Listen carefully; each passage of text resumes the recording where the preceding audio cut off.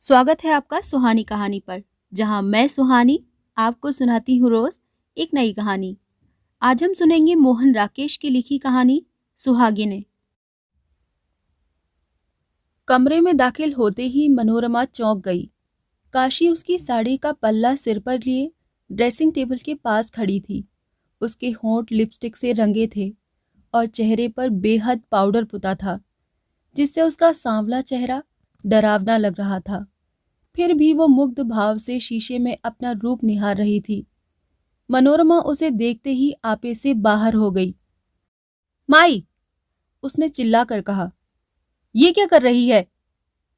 काशी ने हड़बड़ा कर साड़ी का पल्ला सिर से हटा दिया और ड्रेसिंग टेबल के पास से हट गई। मनोरमा के गुस्से के तेवर देखकर पल भर तो वो सहमी रही, फिर अपने स्वांग का ध्यान हो आने से हंस दी। बहन जी, माफी दे दें, उसने मिन्नत के लहजे में कहा। कमरा ठीक कर रही थी, शीशे के सामने आई तो ऐसे ही मन कर आया। आप मेरी तनख्वाह में से पैसे काट लेना। तनख्वाह में से पैसे काट लेना? मनोरमा और भी भड़क उठी। 15 रुपए तनख्वाह है और बेगम साहब 6.5 रुपए लिपस्टिक के कटवाएंगी। कमबख्त रोज प्लेटें तोड़ती है, मैं कुछ नहीं कहती। घी आटा चीनी चुरा कर ले जाती है और मैं देखकर भी नहीं देखती। सारा स्टाफ शिकायत करता है, कुछ काम नहीं करती, किसी का कहा नहीं मानती। कमेटी के मेंबर अलग मेरी जान खाते हैं कि इसे दफा करो। रोज रोज अपना रोना लेकर हमारे यहाँ अमरती है। मैं फिर भी तरह दे जाती हूँ कि निकाल दिया तो दर बदर मारी मारी न फिरे, और उसका तू मुझे ये बदला देती है, कमीनी कहीं की। उसने बैत की कुर्सी को इस तरह अपनी तरफ खींचा जैसे उसी ने कोई अपराध किया हो, और फिर उस पर बैठकर माथे को अपने ठंडे हाथ से मल लिया। काशी चुपचाप रही। 40 की होने को आई, मगर पाकपन की चाह अभी भी बाकी है। मनोरमा फिर बड़बड़ाई, छिनाल कहीं की।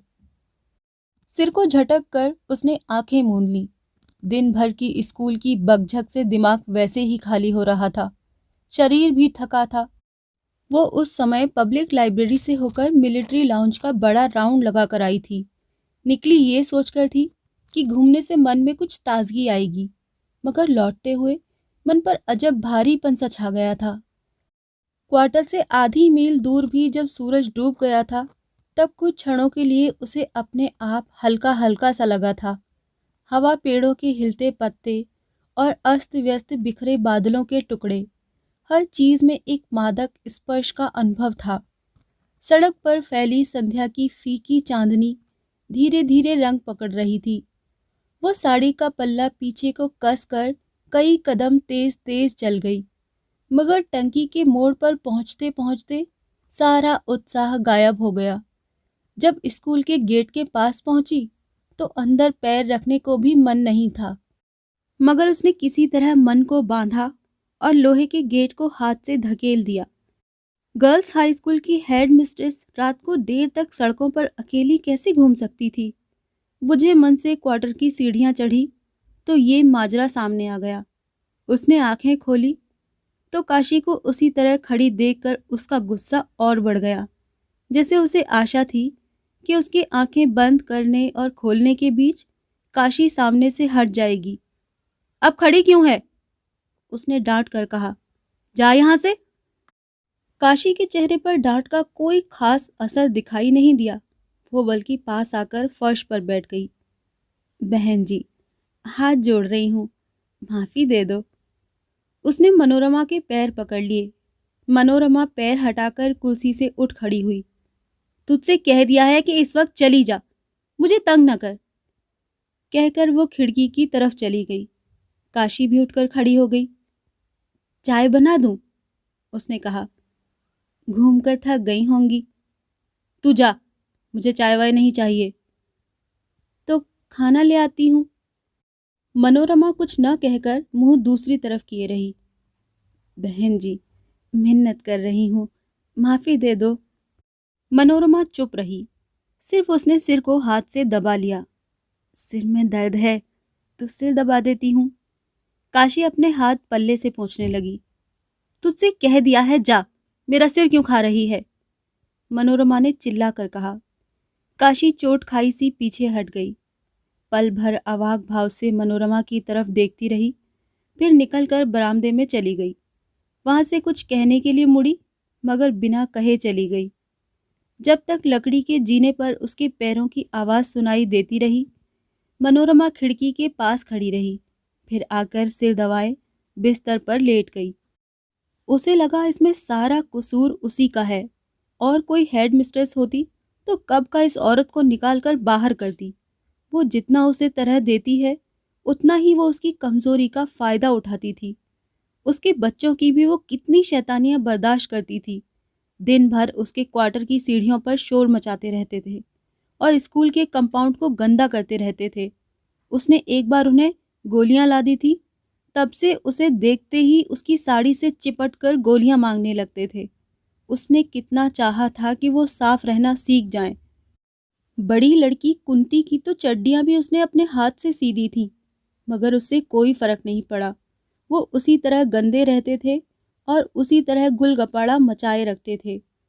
पिछले साल इंस्पेक्शन के दिन उन्होंने कंपाउंड के फर्श पर कोयले से लकीरें खींच दी थी, जिससे दूसरी बार सारे कंपाउंड की सफाई करानी पड़ी थी। कई बार वो बाहर से आए अतिथियों के सामने जीभ निकाल देते थे। वही थी जो सब बर्दाश्त किए जाती थी। कुछ देर वो छत की तरफ देखती रही, फिर उठकर बरामदे में चली गई। लकड़ी के बरामदे में अपने ही पैरों की आवाज से शरीर में कपकपी भर गई। उसने मुंडेर के खंबे पर हाथ रख लिया। अहाते में खुली चांदनी फैली थी। ईंटों के फर्श पर सीमेंट की लकीरें एक इंद्रजाल सी लगती थी। स्कूल के बरामदे में पड़े डेस्क, स्टूल और ब्लैकबोर्ड ऐसे लग रहे थे जैसे डरावनी सूरतों वाले भूत प्रेत अपने गार के अंदर से बाहर झांक रहे हों। देवदार का घना जंगल जैसे ठंडी चांदनी के स्पर्श से सिहर रहा था, वैसे बिल्कुल सन्नाटा था। काशी के क्वार्टर में इस वक्त इतनी खामोशी कभी नहीं होती थी। आमतौर पर 9-10 बजे तक उसके बच्चे चीखते चिल्लाते रहते थे। उस समय लग रहा था जैसे उस क्वार्टर में कोई रहता ही न हो। रोशनदान में गत्ते लगे रहने से ये भी पता नहीं चल रहा था कि अंदर लालटेन जल रही है या नहीं। मनोरमा ने खंबे को भी अच्छी तरह थाम लिया, जैसे पास में उसका वही एक आत्मीय हो जिसे वो अपने प्रति सचेत रखना चाहती हो। देवदारों के झुरमुटों में से गुजरती हवा की आवाज पास आई और दूर चली गई। कुंती! मनोरमा ने आवाज दी। उसकी आवाज को भी हवा दूर, बहुत दूर ले गई। जंगल की सरसराहट फिर एक बार बहुत पास चली आई। काशी के क्वार्टर का दरवाजा खुला और कुंती अपने में सिमटती सी बाहर निकली। मनोरमा ने सिर के इशारे से उसे अपने पास आने को कहा। कुंती ने एक बार अपने क्वार्टर की तरफ देखा और फिर सिमटती हुई ऊपर चली आई। तेरी माँ क्या कर रही है? मनोरमा ने कोशिश की कि उसकी आवाज रूखी ना लगे। कुछ भी नहीं, कुंती ने सिर हिलाकर कहा। कुछ तो कर रही होगी। रो रही है। क्यों? रो क्यों रही है? कुंती चुप रही। मनोरमा भी चुप रहकर नीचे देखने लगी। तुम लोगों ने रोटी नहीं खाई? पल भर रुककर उसने पूछा। रात की बस से बापू को आना है। माँ कहती थी सब लोग उसके आने पर ही रोटी खाएंगे। मनोरमा के सामने जैसे सब कुछ स्पष्ट हो गया। 3 साल के बाद अयोध्या आ रहा है, ये बात काशी उसे बता चुकी थी। तभी आज आईने के सामने जाने पर उसके मन में पाउडर और लिपस्टिक लगाने की इच्छा जाग आई थी। उसके बच्चे भी शायद इसीलिए आज इतने खामोश थे। उनका बापू आ रहा था। बापू जिसे उन्होंने 3 साल से देखा नहीं था और जिसे शायद वो पहचानते भी नहीं थे, या शायद पहचानते थे। एक मोटी सख्त आवाज और तमाचे जड़ने वाले हाथों के रूप में। जा और अपनी माँ को ऊपर भेज दे।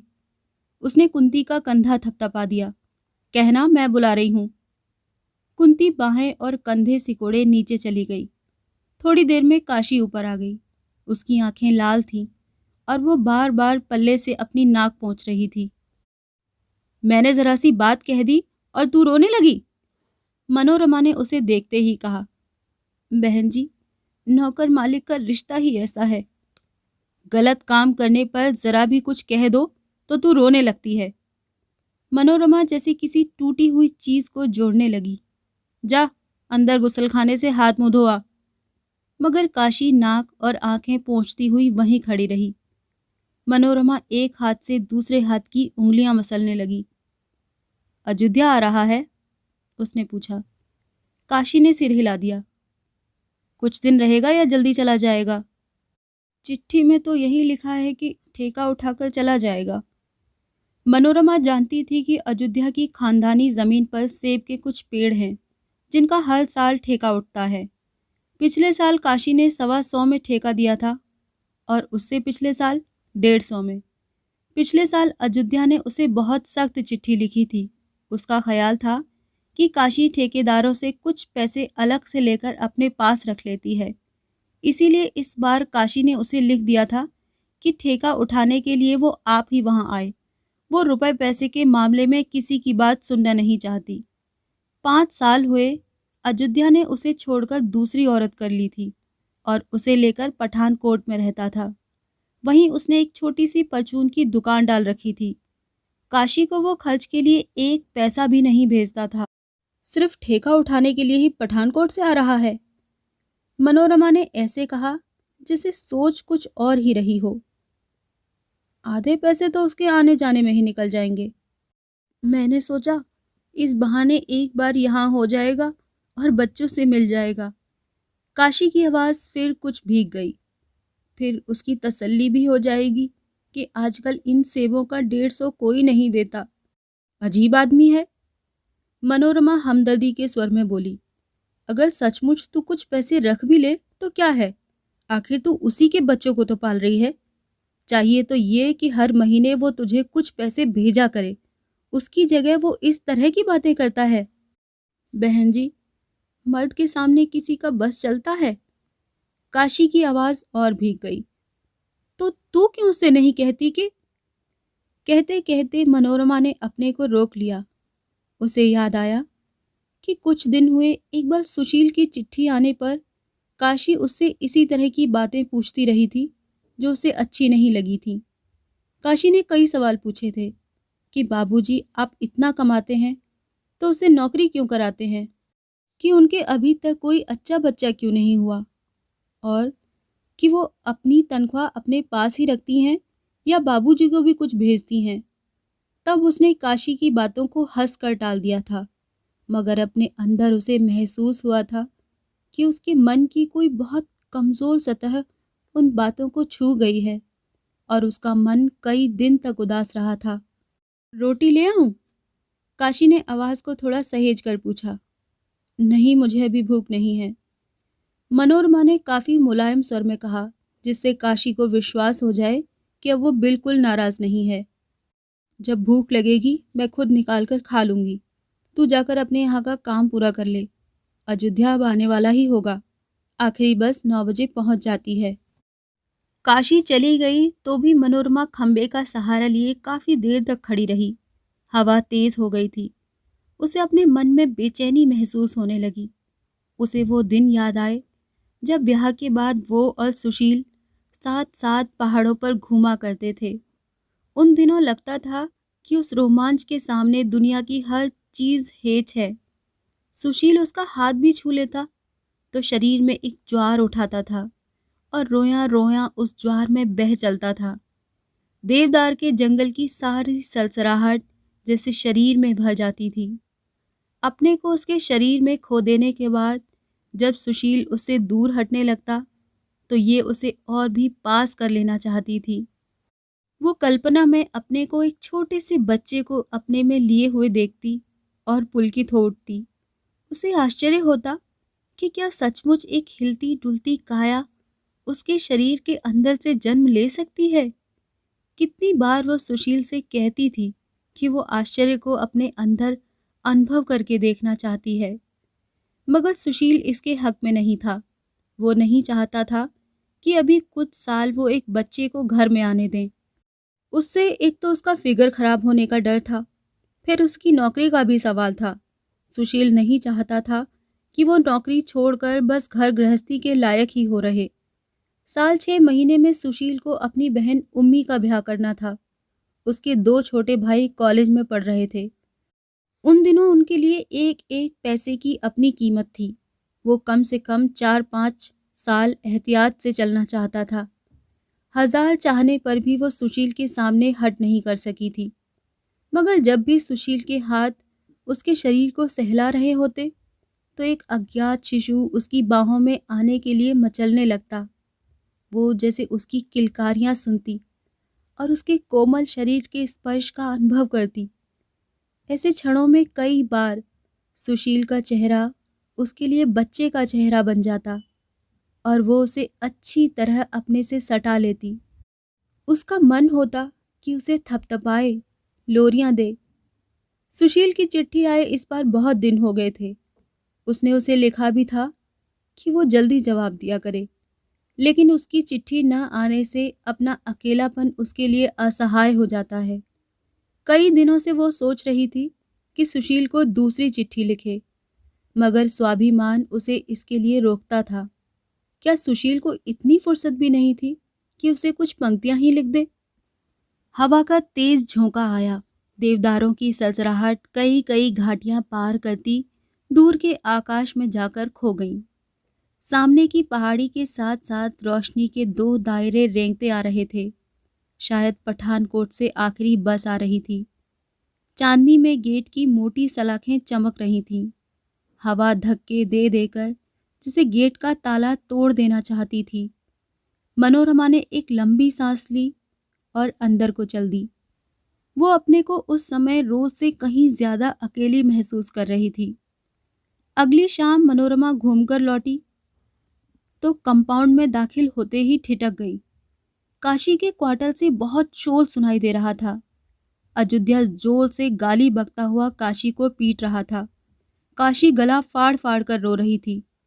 मनोरमा गुस्से से भन्ना उठी। कमेटी के नियम के मुताबिक किसी मर्द को स्कूल की 4 दीवारी में रात को ठहरने की इजाज़त नहीं थी। उसने खास रियायत करके उसे वहां ठहरने की इजाज़त दी थी और वो आदमी था कि वहां रहकर इस तरह की हरकत कर रहा था। मनोरमा का ध्यान काशी को पड़ती मार की तरफ नहीं गया, इसी तरफ गया कि जो कुछ हो रहा है उसमें स्कूल की बदनामी है और स्कूल की बदनामी का मतलब है हेड मिस्ट्रेस की बदनामी। वो तेजी से क्वार्टर की सीढ़ियां चढ़ गई। खट खट खट उसके सैंडल लकड़ी के जीने पर आवाज कर उठे। उसे समझ नहीं आ रहा था कि वो क्या करे। काशी को बुलाकर कहे कि अयोध्या को फौरन वहां से भेज दे, या अयोध्या को ही बुलाकर डांटे और कहे कि वो सुबह होने तक वहां से चला जाए। बरामदे में पैर रखते ही उसने देखा कि कुंती एक कोने में सहमी सी बैठी है और डरी हुई आंखों से नीचे की तरफ देख रही है, जैसे उनकी माँ को पड़ती मार की चोट उसे भी लग रही हो। मनोरमा सोच नहीं सकी कि वो लड़की उस वक्त उसके क्वार्टर में क्यों बैठी है। क्या बात है? उसने अपना गुस्सा दबाकर पूछा। माँ ने कहा था आपको रोटी खिला दूं। कुंती उसकी तरफ इस तरह डरी डरी आंखों से देखने लगी जैसे उसे आशंका हो कि बहन जी अभी उसे बाह से पकड़ लेंगी और पीटने लगेंगी। तू मुझे रोटी खिलाएगी? कुंती ने उसी डरे हुए भाव से सिर हिला दिया। तुम्हारे क्वार्टर में क्या हो रहा है? मनोरमा ने ऐसे पूछा जैसे जो कुछ हो रहा था उसके लिए कुंती भी कुछ हद तक उत्तरदायी हो। कुंती के होंठ फड़कने लगे और 2 बूंदें आंखों से नीचे बह आईं। वो किस बात के लिए तेरी माँ को पीट रहा है? मनोरमा ने फिर पूछा। कुंती ने कमीज से आंखें पोंछी और अपनी रुलाई दबाए हुए बोली, उसने माँ के ट्रंक से सारे पैसे निकाल लिए हैं। माँ ने उसका हाथ रोका तो उसे पीटने लगा। इस आदमी का दिमाग खराब है। मनोरमा गुस्से से भड़क उठी। अभी यहाँ से निकालकर बाहर करूंगी तो इसके होश दुरुस्त हो जाएंगे। कुंती कुछ देर सुबकती रही, फिर बोली, कहता है माँ ने ठेकेदारों से अलग से पैसे ले लेकर अपने पास जमा किए हैं। इस बार उसने 200 में ठेका दिया है। माँ के पास अपने 60-70 रुपए थे, वो सब उसने ले लिए हैं। कुंती के भाव में कुछ ऐसी दयनीयता थी कि मनोरमा ने उसके मैले कपड़ों की चिंता किए बिना उसे अपने से सटा लिया। रोती क्यों है? उसने उसकी पीठ सहलाते हुए कहा।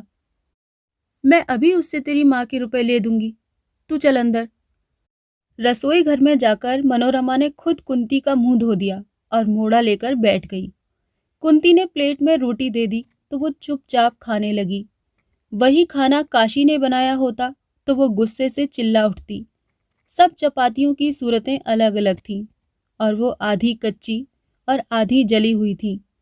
दाल के दाने पानी से अलग थे, मगर उस वक्त वो मशीनी ढंग से रोटी के कौर तोड़ती और दाल में भिगोकर निगलती रही, और उसी तरह जैसे रोज दफ्तर में बैठकर कागजों पर दस्तखत करती थी या अध्यापिकाओं की शिकायतें सुनकर उन्हें जवाब देती थी। कुंती ने बिना पूछे एक और रोटी उसकी प्लेट में डाल दी तो वो थोड़ा चौंक गई।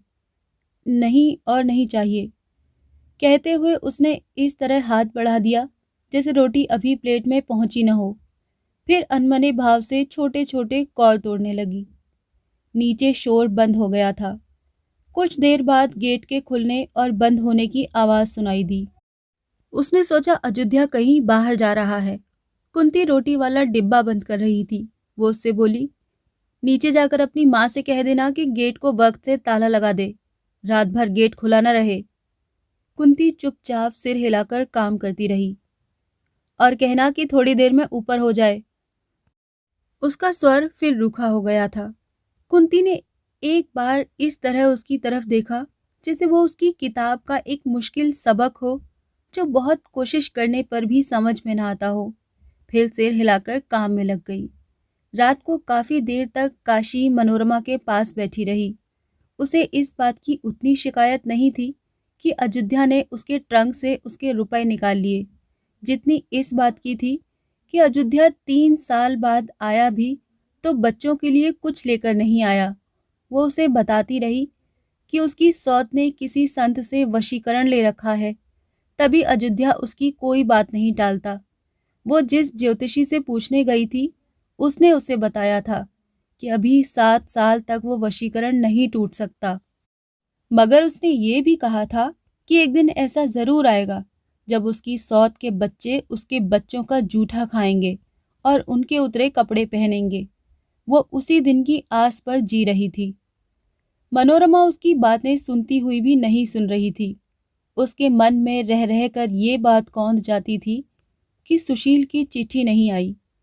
उसकी चिट्ठी गए महीने के करीब हो गया, मगर सुशील ने जवाब नहीं दिया।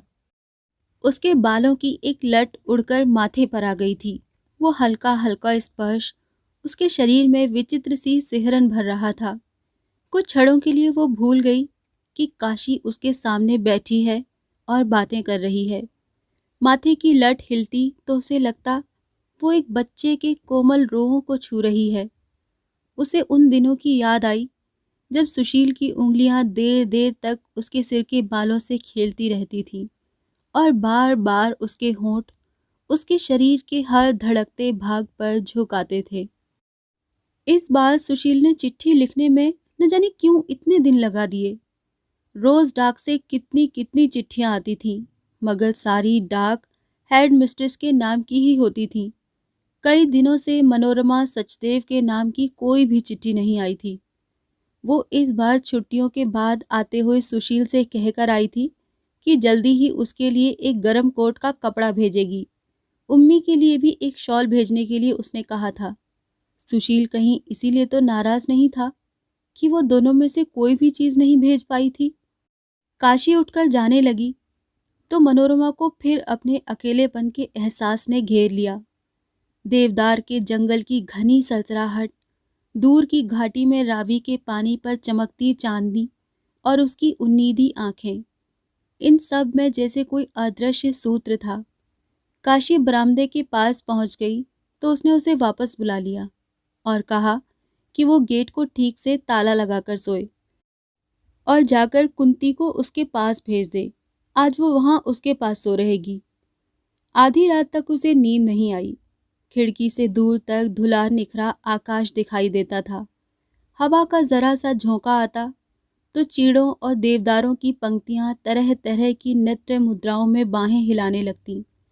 पत्तों और टहनियों पर से फिसलकर आती हवा का शब्द शरीर को इस तरह रोमांचित करता कि शरीर में एक जड़ता सी छा जाती। कुछ देर वो खिड़की की सिल पर सिर रखे चारपाई पर बैठी रही। क्षण भर के लिए आंखें मुद जाती तो खिड़की की सिल सुशील की छाती का रूप ले लेती। उसे महसूस होता कि हवा उसे दूर, बहुत दूर लिए जा रही है, चीड़ों देवदारों के जंगल और रावी के पानी के उस तरफ। जब वो खिड़की के पास से हटकर चारपाई पर लेटी तो रोशनदान से छनकर आती चांदनी का एक चौकोर टुकड़ा साथ की चारपाई पर सोई कुंती के चेहरे पर पड़ रहा था। मनोरमा चौंक गई। कुंती पहले कभी उसे उतनी सुंदर नहीं लगी थी। उसके पतले पतले होंठ आम की लाल लाल नन्ही पत्तियों की तरह खुले थे। उसे और पास से देखने के लिए वो कोहनियों के बल उसकी चारपाई पर झुक गई। फिर सहसा उसने उसे चूम लिया। कुंती सोई सोई एक बार सिहर गई। मनोरमा तकिए पर सिर रखे देर तक छत की तरफ देखती रही। जब हल्की हल्की नींद आंखों पर छाने लगी तो वो गेट के खुलने और बंद होने की आवाज से चौंक गई। कुछ ही देर में काशी के क्वार्टर से फिर अयोध्या के बड़बड़ाने की आवाज सुनाई देने लगी। वो उस समय शराब पिए हुए था। मनोरमा के शरीर में फिर एक गुस्से की झुरझुरी उठी। उसने अच्छी तरह अपने को कंबलों में लपेटकर उस आवाज को भुला देने का प्रयत्न किया, मगर नींद आ जाने पर भी वो आवाज उसके कानों में गूंजती रही। 2 दिन बाद अयोध्या चला गया तो मनोरमा ने आराम की सांस ली। उसे रह रहकर लगता था कि किसी भी क्षण वो अपने पर काबू खो देगी और चपरासी से धक्के दिलाकर उस आदमी को स्कूल के कंपाउंड से निकलवा देगी। वो आदमी शक्ल से ही कमीना नजर आता था। उसके बड़े बड़े मैले दांत, काले होंठ और खूंखार जानवर जैसी चुभती आंखें देखकर लगता था कि उस आदमी को ऐसी शक्ल के लिए ही उम्र कैद की सजा होनी चाहिए। उसके चले जाने के बाद उसका मन काफी हल्का हो गया। दफ्तर के कुछ काम जो वो कई दिनों से टाल रही थी, उसने उसी दिन बैठकर पूरे कर दिए। उस दिन शाम की डाक से उसे सुशील की चिट्ठी भी मिल गई। उसने चिट्ठी दफ्तर में नहीं खोली। स्टेनो से और चिट्ठियों का डिक्टेशन अगले दिन लेने के लिए कहकर क्वार्टर में चली आई। चारपाई पर बैठकर उसने पेपर नाइफ से धीरे धीरे लिफाफा खोला, जैसे उसे चोट न पहुंचाना चाहती हो। चिट्ठी दफ्तर के कागज पर बहुत जल्दी जल्दी लिखी गई थी। मनोरमा को अच्छा नहीं लगा, मगर फिर भी उसने एक एक पंक्ति उत्सुकता के साथ पढ़ी। सुशील ने लिखा था कि जल्दी ही एक जगह उम्मी की सगाई तय हो रही है। लड़का अच्छी नौकरी पर है। सभी ने ये रिश्ता पसंद किया है। हो सके तो वो उम्मी की शॉल जल्दी भेज दे। अब उम्मी के ब्याह के लिए भी उन लोगों को कुछ पैसे बचा कर रखने चाहिए। अंत में उसने उसे अपनी सेहत का ध्यान रखने को लिखा था। मधुर आलिंगन तथा अनेकानेक चुंबनों के साथ चिट्ठी समाप्त हुई थी। मनोरमा काफी देर चिट्ठी हाथ में लिए बैठी रही। उसे पढ़कर मधुर आलिंगन और अनेकानेक चुंबनों का कुछ भी स्पर्श महसूस नहीं हुआ था। ऐसा लगा था जैसे वो एक चश्मे से पानी पीने के लिए झुकी हो और उसके होंठ गीले रेत से छू कर रह गए हों। चिट्ठी उसने ड्रॉर में डाल दी और दफ्तर लौट आई। रात को खाना खाने के बाद वो चिट्ठी का जवाब लिखने बैठी, मगर कलम हाथ में लेते ही दिमाग जैसे बिल्कुल खाली हो गया। उसे लगा कि उसके पास लिखने के लिए कुछ भी नहीं है। पहली पंक्ति लिखकर वो देर तक कागज को नखून से कुरेदती रही। आखिर बहुत सोचकर उसने कुछ पंक्तियां लिखीं। पढ़ने पर उसे लगा कि वो चिट्ठी उन चिट्ठियों से खास अलग नहीं जो वो दफ्तर में बैठकर क्लर्क को डिक्टेट कराया करती है। चिट्ठी में बात इतनी ही थी कि उसे इस बात का अफसोस है कि वो शॉल और कोट का कपड़ा अभी नहीं भेज पाई। जल्दी ही वो ये दोनों चीजें भेज देगी। अंत में उसकी तरफ से भी मधुर आलिंगन और अनेकानेक चुंबन। रात को वो देर तक सोचती रही कि कौन कौन सा खर्च कम करके वो 40-50 रुपया महीना और बचा सकती है। दूध पीना बंद कर दे, कपड़े खुद धोया करे, काशी से काम छुड़ाकर रोटी खुद बनाया करे। ज्यादा खर्च तो काशी की वजह से ही होता था। वो चीजें मांग कर भी ले जाती थी और चुरा कर भी। मगर उसने पहले भी आजमा कर देखा था कि वो स्कूल का काम करती हुई साथ अपनी रोटी नहीं बना सकती। ऐसे मौक़ों पर या तो वो दूध डबल रोटी खाकर रह जाती थी या कुछ भी छौंक भून कर पेट भर लेती थी। अगले दिन से उसने खाने पीने की कई तरह की कटौतियां कर दी। काशी से कह दिया कि दूध वो सिर्फ चाय के लिए ही लिया करे और दाल सब्जी में भी घी बहुत कम इस्तेमाल किया करे। बिस्कुट और फल भी उसने बंद कर दिए। कुछ दिन तो बचत के उत्साह में निकल गए, मगर फिर उसे अपने स्वास्थ्य पर इन कटौतियों का असर दिखाई देने लगा।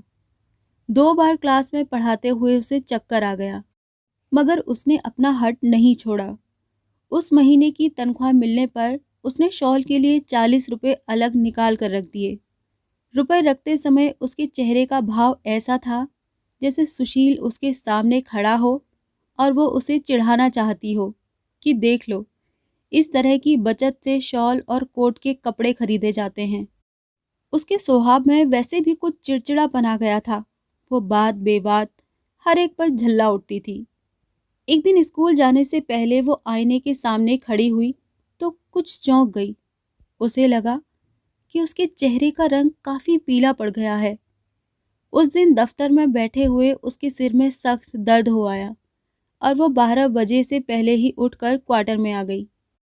बरामदे में पहुंचकर उसने देखा कि काशी उसके पैरों की आवाज सुनते ही जल्दी से अलमारी बंद करके चूल्हे की तरफ गई है। उसने रसोई घर में जाकर अलमारी खोल दी। घी का डिब्बा खुला पड़ा था और उसकी उंगलियों के निशान बने थे। मनोरमा ने काशी की तरफ देखा। उसके मुंह पर कच्चे घी की कनियां लगी थी और वो ओट करके अपनी उंगलियां दुपट्टे से पोंछ रही थी। मनोरमा एकदम आपे से बाहर हो गई। पास जाकर उसने उसे चोटी से पकड़ लिया। चोटी? उसने चिल्लाकर कहा। मैं इसीलिए सूखी सब्जी खाती हूँ कि तू कच्चा घी हजम किया करे। शर्म नहीं आती कमजात?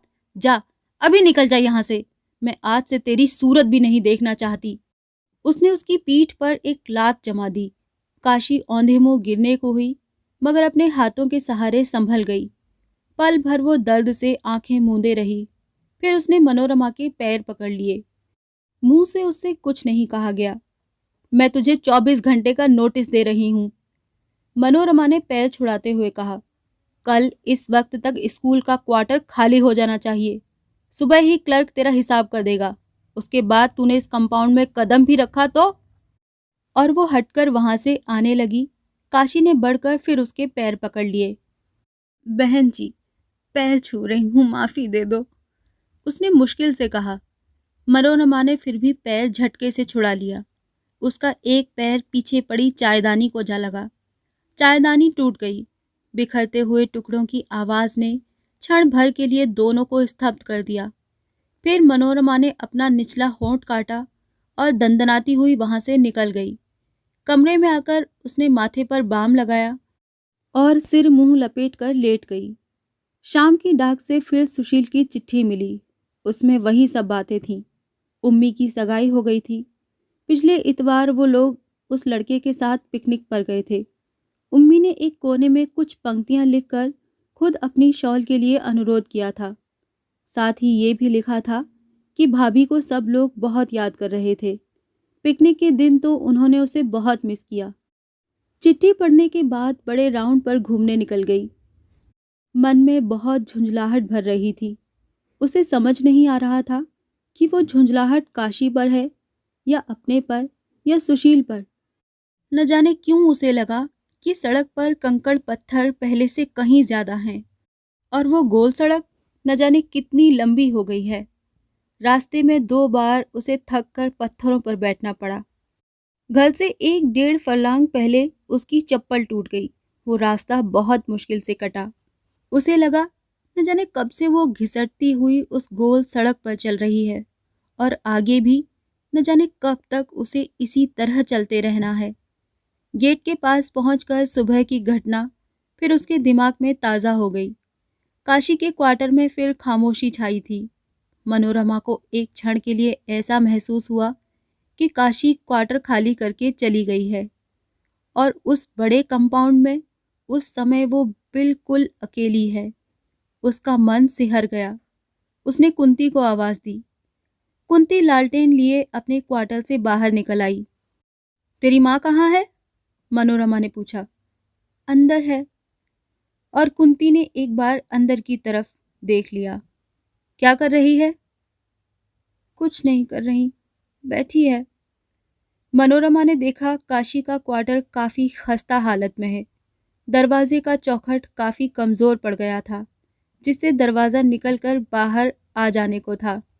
रोज वो उस क्वार्टर के सामने से कई कई बार गुजरती थी।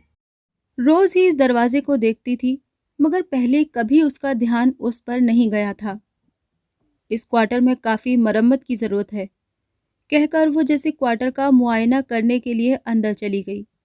काशी उसे देखते ही उठकर उसके पास आ गई। मनोरमा ने एक बार उसकी तरफ देख लिया, मगर उससे कोई बात नहीं की। क्वार्टर की दीवारें पीली पड़कर अब स्याह होने लगी थीं। एक रोशनदान भी दीवार से निकलकर नीचे गिराने को था। छत में चारों तरफ मकड़ी के जाले लगे थे, जो आपस में मिलकर एक बड़े से चंदोवे का रूप ले लिए थे। कमरे में जो थोड़ा बहुत सामान था, वो इधर उधर अस्त व्यस्त पड़ा था। एक तरफ 3 बच्चे एक ही थाली में रोटी खा रहे थे। वही पानी जैसी दाल थी जो एक दिन कुंती ने उसके लिए बनाई थी, और अलग अलग सूरतों वाली खुश्क रोटियां। उसे देखकर बच्चों के हाथ और मुंह चलने बंद हो गए। सबसे छोटा लड़का, जो करीब 4 साल का था, लोई में लिपटा एक कोने में लेटा था। उसकी आंखें मनोरमा के साथ साथ कमरे में घूम रही थीं। परसू को क्या हुआ है? बीमार है? मनोरमा ने बिना काशी की तरफ देखे जैसे दीवार से पूछा, और बच्चे के पास चली गई। परसू अपने पैर के अंगूठे की सीध में देखने लगा। इसे सूखा हो गया है, काशी ने धीरे से कहा। मनोरमा ने बच्चे के गालों को सहलाया और उसके सिर पर हाथ फेर दिया। डॉक्टर को दिखाया है? उसने पूछा। दिखाया था, काशी ने कहा। उसने 10 टीके बताए हैं। 2-2 रुपए का एक टीका आता है। बोलते बोलते उसका गला भर आया। लगवाए नहीं? अब मनोरमा ने उसकी तरफ देखा। कैसे लगवाती? काशी की आंखें जमीन की तरफ झुक गईं। जितने रुपए थे वो सब तो वो निकाल कर ले गया था। मैं इसे कांसे की कटोरी मलती हूँ, कहते हैं इससे ठीक हो जाता है। बच्चा बिटर बिटर उन दोनों की तरफ देख रहा था। मनोरमा ने एक बार उसके गाल को सहला दिया और बाहर चल दी। कुंती दहलीज के पास खड़ी थी। वो रास्ता छोड़कर हट गई। इस क्वार्टर में अभी सफेदी होनी चाहिए, मनोरमा ने चलते चलते कहा। यहाँ की हवा में तो अच्छा भला आदमी बीमार हो सकता है। काशी के क्वार्टर से निकलकर वो धीरे धीरे अपने क्वार्टर का जीना चढ़ी। ठक ठक की आवाज, अकेला बरामदा, कमरा। कमरे में जो चीजें वो बिखरी छोड़ गई थी, वो अब करीने से रखी थी। बीच की मेज पर रोटी की ट्रे ढक कर रख दी गई थी। केतली में पानी भरकर स्टोव पर रख दिया गया था। कोट उतार कर शॉल ओढ़ते हुए उसने बरामदे में पैरों की आवाज सुनी। काशी चुपचाप आकर दरवाजे के पास खड़ी हो गई। क्या बात है? मनोरमा ने रूखी आवाज में पूछा। रोटी खिलाने आई हूँ, काशी ने धीमी ठहरी हुई आवाज में कहा। चाय का पानी भी तैयार है, कहें तो पहले चाय बना दूं? मनोरमा ने एक बार उसकी तरफ देखा और आंखें हटा ली। काशी ने कमरे में आकर प्लग का बटन दबा दिया। पानी आवाज करने लगा। मनोरमा एक किताब लेकर बैठ गई। थोड़ी देर में काशी चाय का प्याला बनाकर उसके पास ले आई। मनोरमा ने किताब बंद कर दी और हाथ बढ़ाकर प्याली ले ली। काशी के होठों पर सूखी सी मुस्कुराहट आ गई।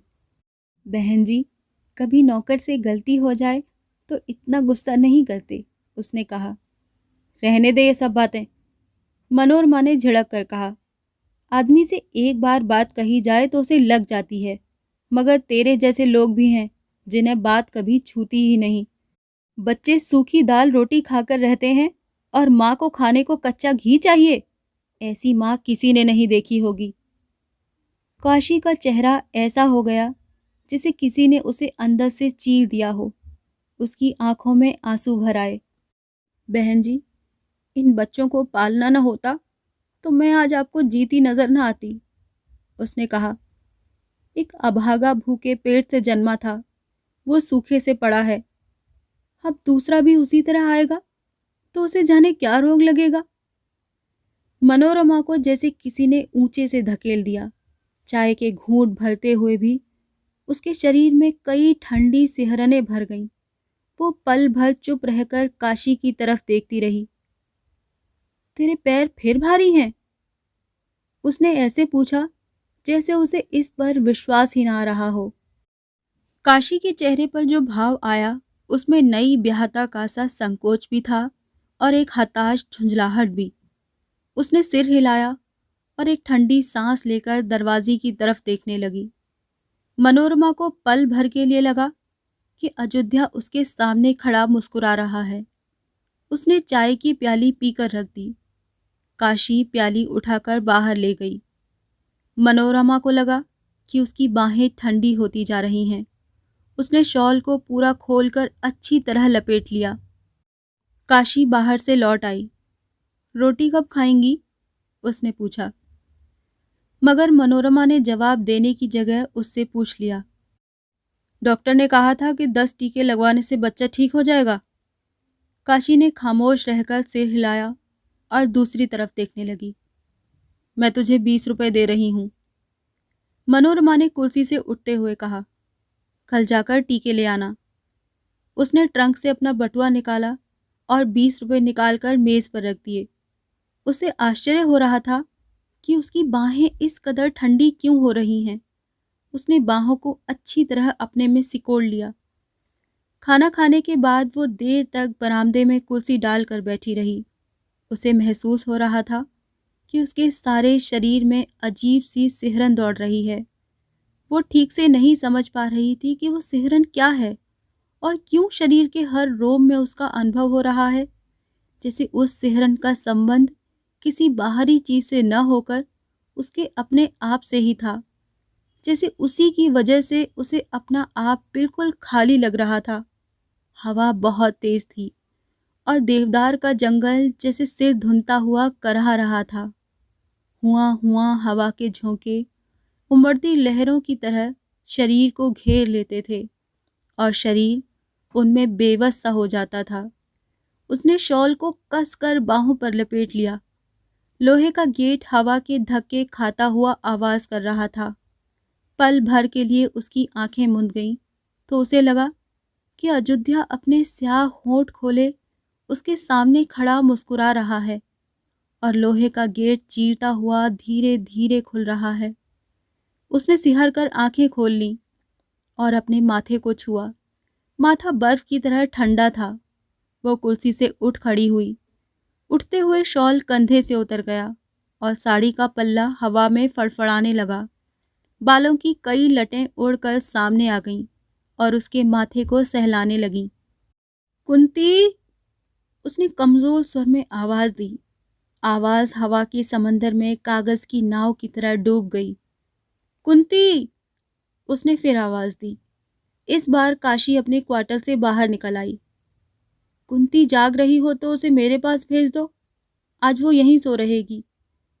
कहते हुए मनोरमा को महसूस हुआ कि वो किस हद तक काशी और उसके बच्चों पर निर्भर करती है और उन लोगों का पास होना उसके लिए कितना ज़रूरी है।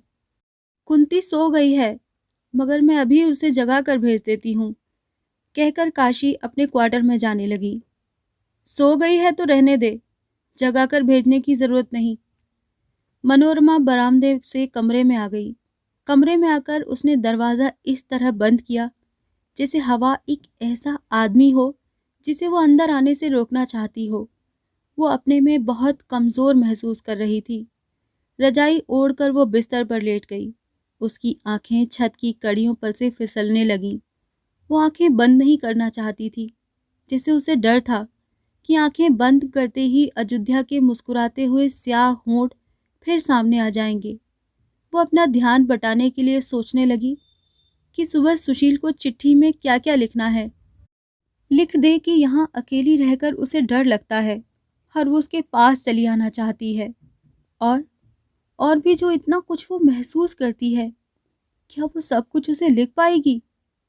लिखकर सुशील को समझा सकेगी कि उसे अपने आप इतना खाली-खाली क्यों लगता है और वो अपने इस अभाव को भरने के लिए उससे क्या चाहती है?